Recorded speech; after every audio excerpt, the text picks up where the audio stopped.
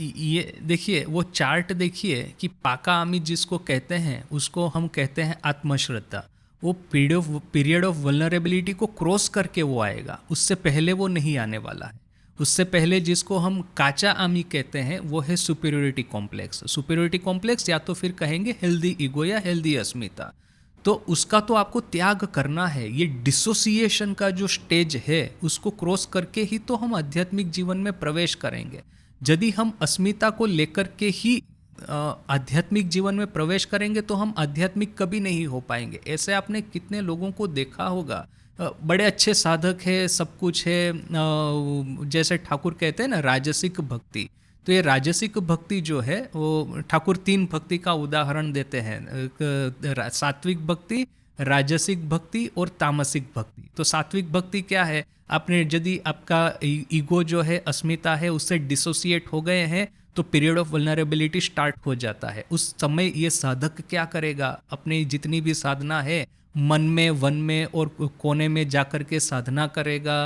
वो किसी भी तरह का दिखावा नहीं करेगा, उसका घर टूटा फूटा होगा, कोई मरम्मत करने की चिंता नहीं करेगा, एकदम बेचारे की तरह जिएगा। किंतु ये राजसिक भक्ति क्या है? साधक दुनिया भर का दिखावा करता है, पीताम्बरी पहनता है, गले में माला पहनता है, तिलक लगाता है। ये जो स्वामी जी उसके घर गए थे, वो काशीपुर के समय की ही एक घटना है। ठाकुर का एक डिवोटी, मैं नाम भूल गया, उसके घर स्वामी जी गए, बड़ा दिखावा करता है इस तरह के, वो पीताम्बरी माला फाला जटा वगैरह रखता है।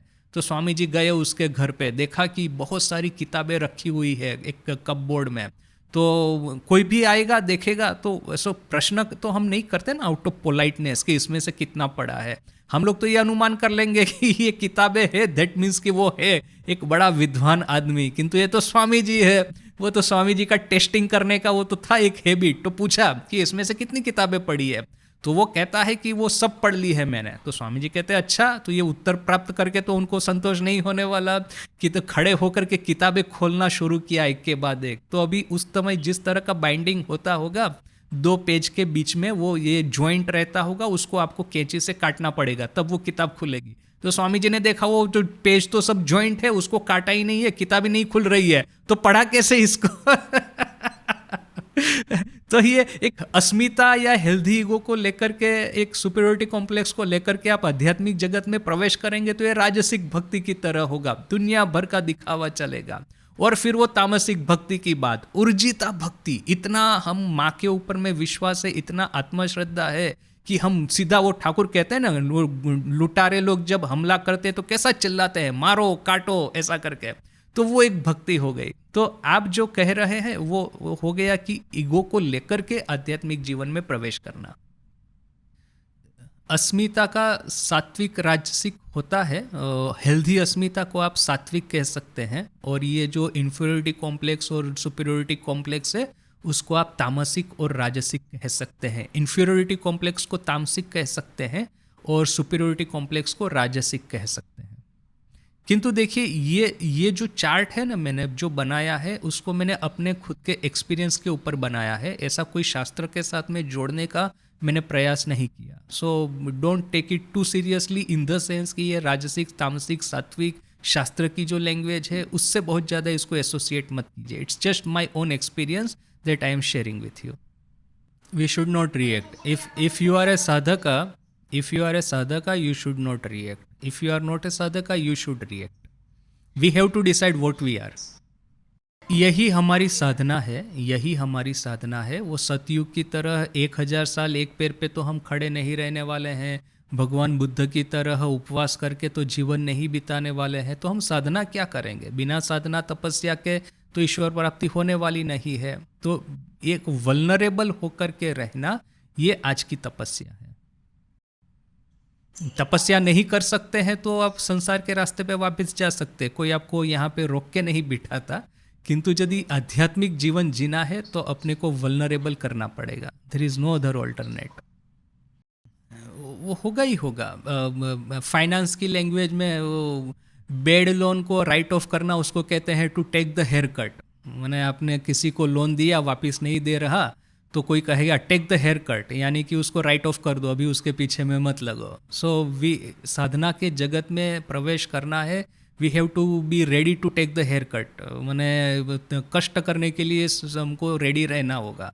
जैसे खुदीराम का है, क्यों अपना एंसेस्ट्रल घर छोड़ा, क्यों कामारपुकुर आकर के पूरा संसार जमीन जायदाद कुछ सब छोड़ के आए थे, फिर से क्यों जीवन प्रारंभ किया सत्य के लिए। तो अदरवाइज यदि शांति से रहना चाहते थे तो जमींदार की बात सुन लेते, मामला वहीं पे ख़त्म हो जाता।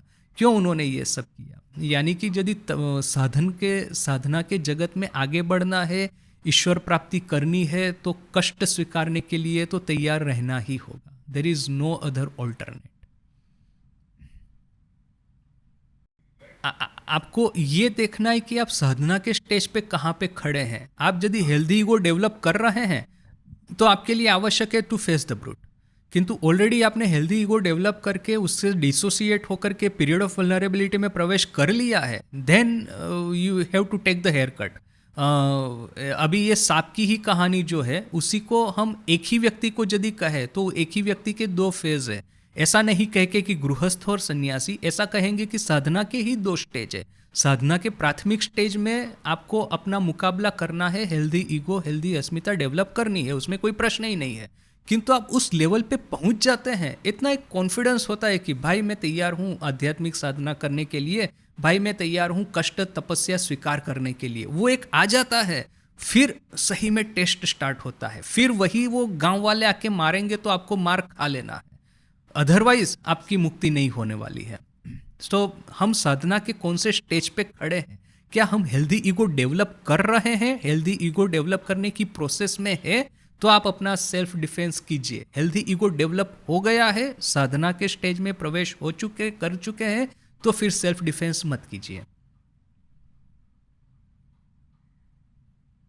ना। किंतु देखिए, रामकृष्ण विवेकानंद लिटरेचर का जो ब्यूटी जो है ना, ये जो प्रैक्टिकल जितने भी इश्यू है ना, उसको बड़ा डिटेल में डिस्कस करता है, रेदर देन के समथिंग सो थियोरेटिकल कि जिसको अपने जीवन के अभी सीधा वो आपने पीरियड ऑफ वल्नरेबिलिटी क्रॉस करके प्रॉपर आत्मश्रद्धा, शरणागति, आत्मज्ञान में प्रवेश कर गए, वहाँ पे क्या होता है वो सब उपनिषद में लिखा है। किंतु हम कहाँ, वो उससे लाखों योजन दूर है अभी तक। अभी जिस टेरिटरी में है, जिस प्रैक्टिकल फेस कर रहे हैं, that is for what Ramakrishna Vivekananda literature बना है। जितना उसका स्टडी करेंगे उतना ही हमारे प्रैक्टिकल जो इश्यूज आते हैं वो रिजोल्व होते जाएंगे, होपफुली।